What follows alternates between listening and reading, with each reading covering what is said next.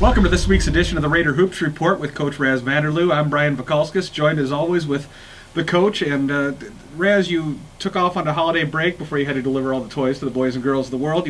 You dropped a game at Heelan, but then came back with two strong wins, one at home in the friendly confines against Sergeant Bluff, and then went down and participated in a really cool tournament down in Council Bluffs. So can you kind of take us through last week's?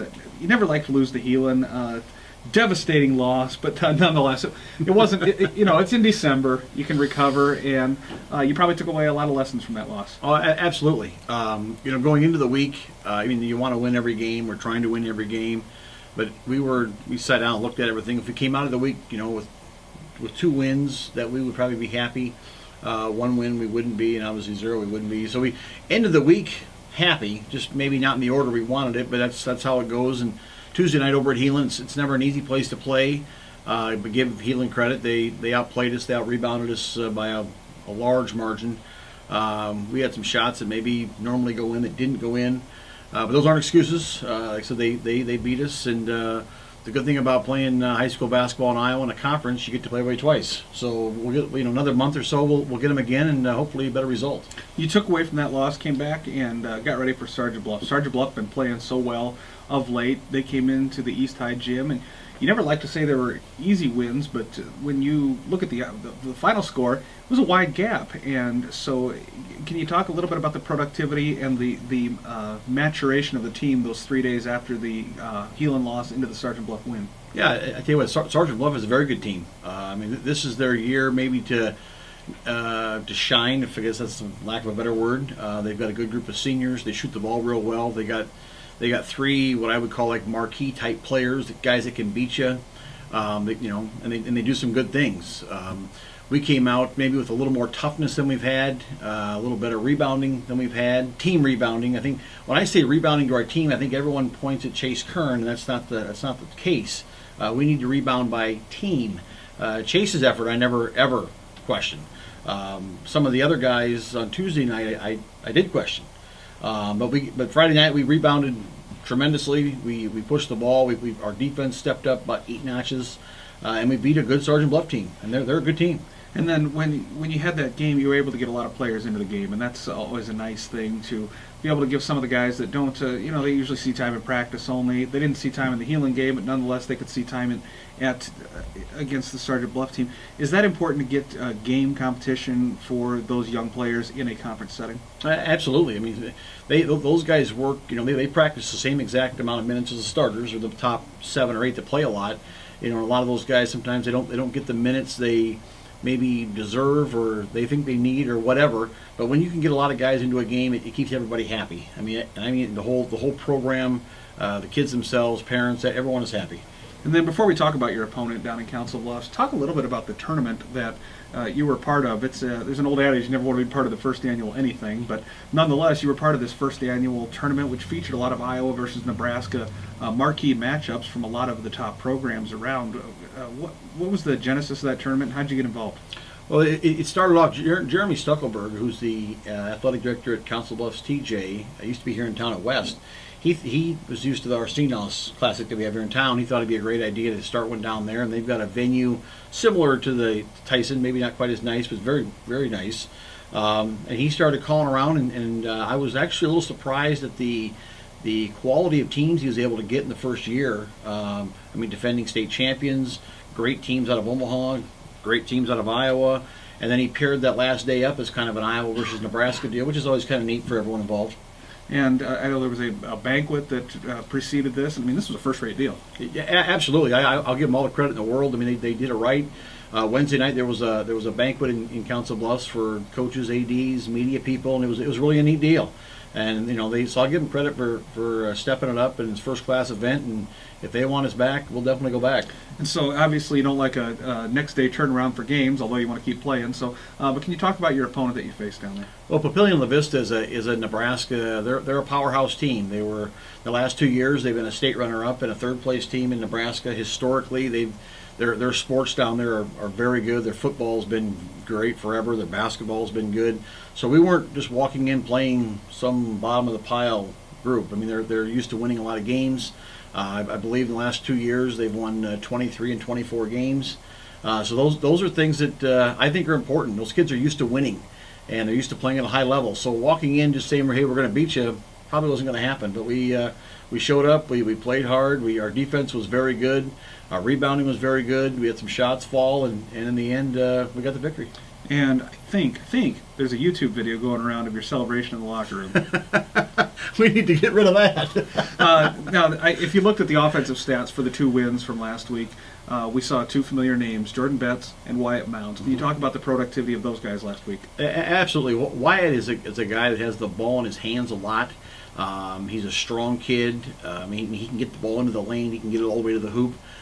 He makes a lot of layups. His shooting this year, especially recently, has been very good as far shooting threes and even that little mid-range 15-footer.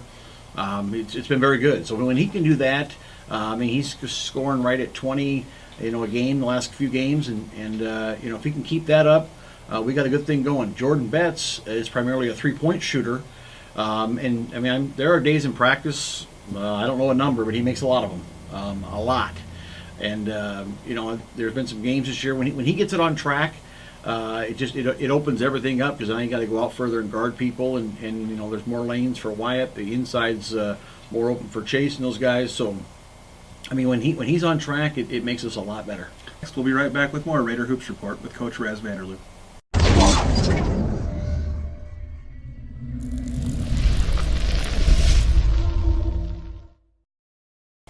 Welcome back to the Raider Hoops Report with Coach Raz Vanderloo, and as we say the names Vanderloo and Raiders, those names go together. And there's been a lot in the news lately about coaches moving. It's just 'tis the season, I guess. Especially NFL college coaches. Bill O'Brien is rumored to be wanting to leave Penn State, looking to head to the NFL. But when we look at East High School, there's been a Vanderloo involved at East High School for decades now, consistently through the basketball program, the athletic department.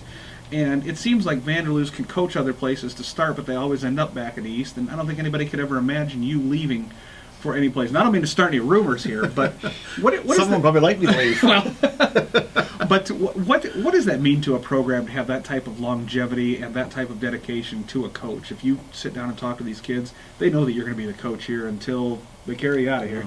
That may be soon. No, I think it all comes down to stability within a program, regardless, like I said, if it's Penn State, we look at Joe Paterno, 40, 50 years, whatever it was. You look at like Iowa football, they've had, Hayden Fry was there forever, Kirk Ferentz has been there forever, and the success, I think longevity, success, and continuity are things that they all go together. When you've got turnover, every 2 years, 3 years, whatever it is, you never get into a rhythm. And kids coming up through a program, whether it be a high school kid or a college freshman or whatever, it's total change when a new coach comes in. So I think anytime you can keep something constant, it's only going to benefit you. And like you said, my dad came here, I think, in '74. So since then, that's a long time. One of us has been around, I know that.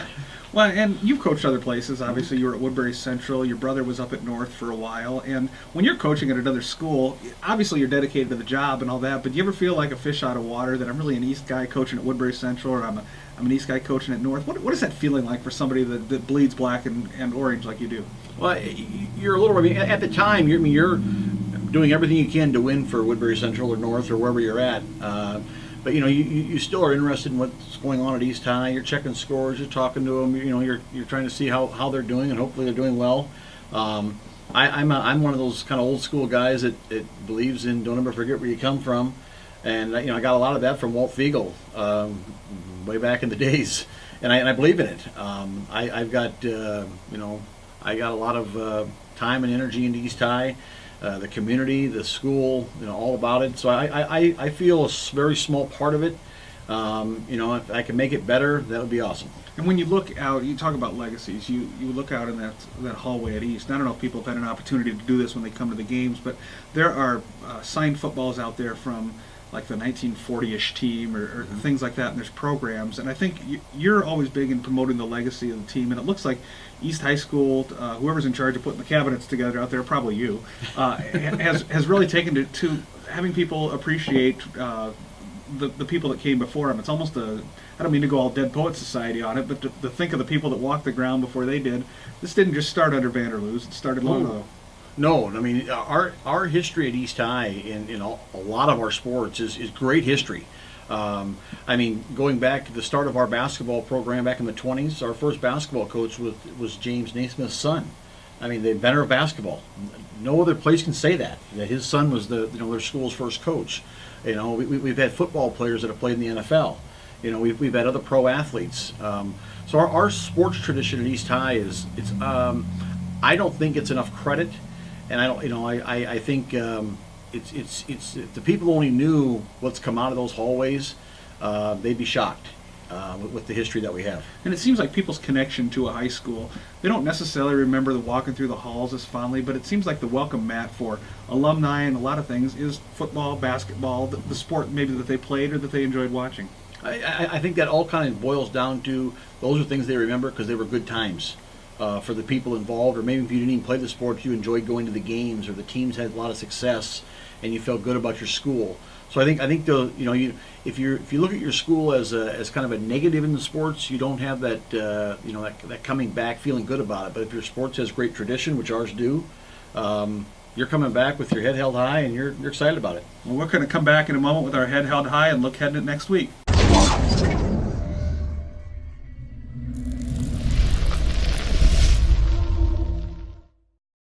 Welcome back to the Raider Hoops Report with Coach Raz Vanderloo. And Coach, looking ahead to the next week, after a jam-packed weekend, a week leading up to Christmas, you get a week to kind of prepare for a Storm Lake team that's coming in to face you in the friendly confines here. Can you talk a little bit about that Storm Lake team and what you're doing to prepare?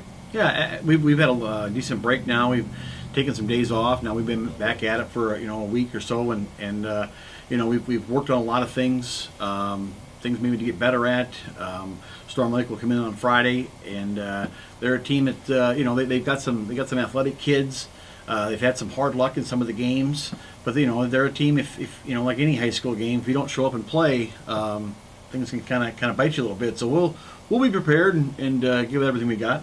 And you obviously after the Christmas break, everybody came back probably full of turkey and stuffing. Is there? Do you have a guideline you tell the guys when they go off to break that don't overdo it? You kind of got to stay in game shape. I just tell them don't come back looking like me. is the problem. But we've done some conditioning things, and our guys are athletic guys. On our team, I would say most all of them are very good athletes. So the conditioning part of it is not a huge deal. Actually, this might be surprising to some, but we don't do a ton of conditioning on a daily basis. We do our conditioning during practice through drills. When you can work hard through drills, you don't got to get on the line and start running at the end of practice so much. So that's how we do most of our conditioning. All right. Well, Coach Raz Vanderloo, back from holiday break, looking ahead to Storm Lake. Best of luck next week, and we'll see you in a week. Appreciate it. All right. That was Coach Raz Vanderloo, the Raider Hoops Report. I'm Brian Vakalskis. We'll see you next time.